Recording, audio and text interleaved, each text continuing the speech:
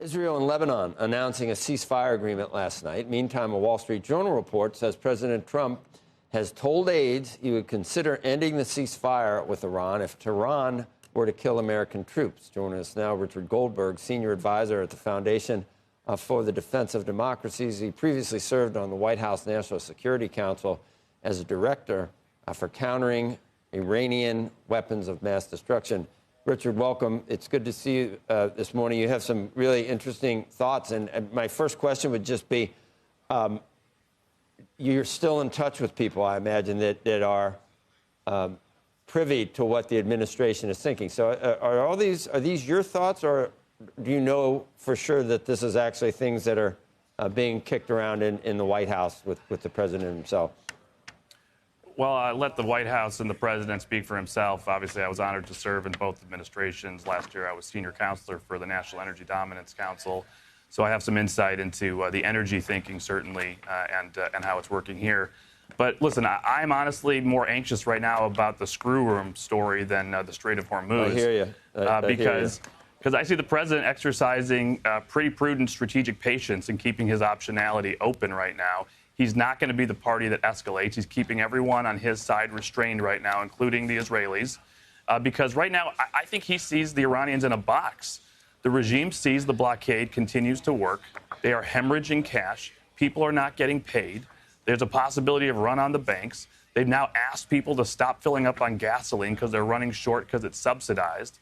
They know they're in pain. So there's one camp inside this regime saying, just cut a deal he will take, let the strait open.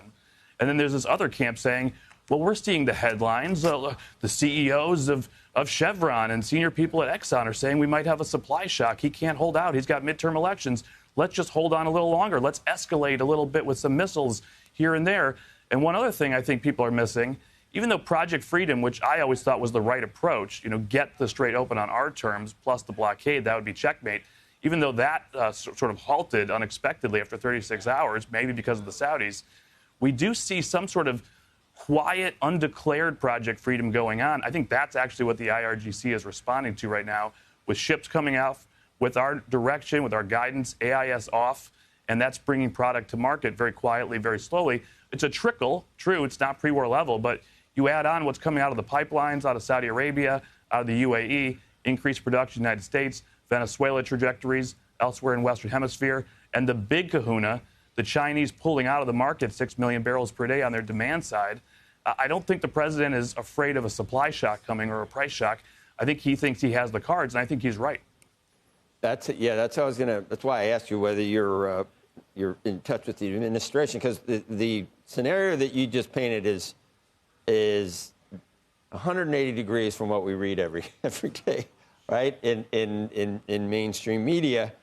I didn't even know that the Saudis, you're saying Project Freedom would have had a better success rate if the Saudis hadn't told us not to use their airspace, and they were worried that, I don't know, some of their infrastructure could be hit by Iran. So we're doing this it's more difficult to do Project Freedom, which is getting some tankers through, I guess. It's more difficult, and it was made more difficult by the Saudis. That's what everyone has told me, that the Saudis basically called up and said, look, the Iranians are threatening to respond to Project Freedom by hitting critical infrastructure. And if you're not going to, deter that in some way, if our refineries, if our, importantly, water desalination plants are hit, we have to evacuate Riyadh because there's no water, we're not standing for that. So we are going to say to the Iranians, we're denying airspace, we're not a part of this, we want de-escalation so that we don't get attacked.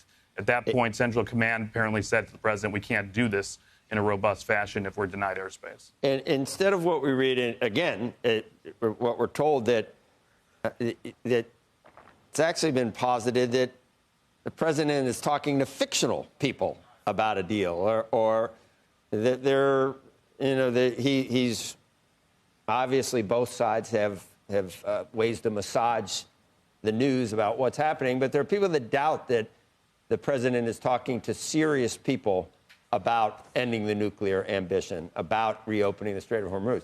Your point is that there are factions. There's one faction that is talking to the president that sees what's happening in Iran, what you said in terms of, don't even fill your tank. Don't lay off anyone. You don't even have water. And then there's the other factions that are leaking to the media that say, yeah, we're not going to do anything.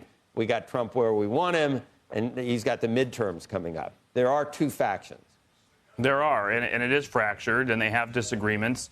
And I think the way that the president is postured here, I think they're very confused. I think they're not sure exactly what the right move is. I also think that they regret that the Strait of Hormuz is closed. They sort of fell into it in the fog of war. If they had a choice going forward, I don't think they would want the Strait of Hormuz open. It's strangling their economy. It puts them in jeopardy. And by the way, demand keeps rising.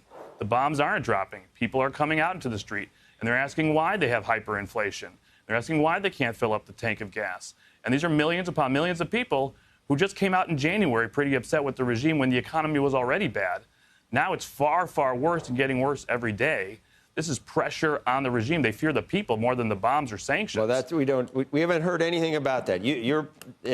That's why I was asking whether you know these things for a fact, because they all sound positive for the United States. But the Iranians are the regime, more afraid of the population with every day that passes than even bombs or sanctions?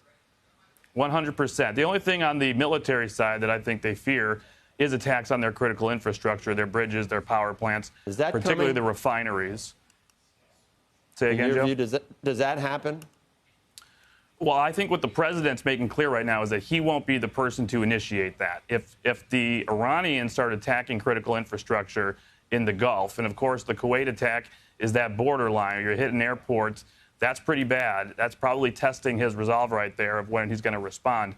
But if they cross the line into refineries, water desalination, power plants, et cetera, that's the key where he responds pretty overwhelmingly against all of their infrastructure, which is why I think they're not going to do that. They're trying to push the envelope, see where they can get away with, to see if they can create political pressure on the president to pull the plug on this mini Project Freedom. I call it Project Love Tap because the president calls the responses to the IRGC love taps. And so, I think maybe you add up a bunch of love taps and maybe it equals freedom.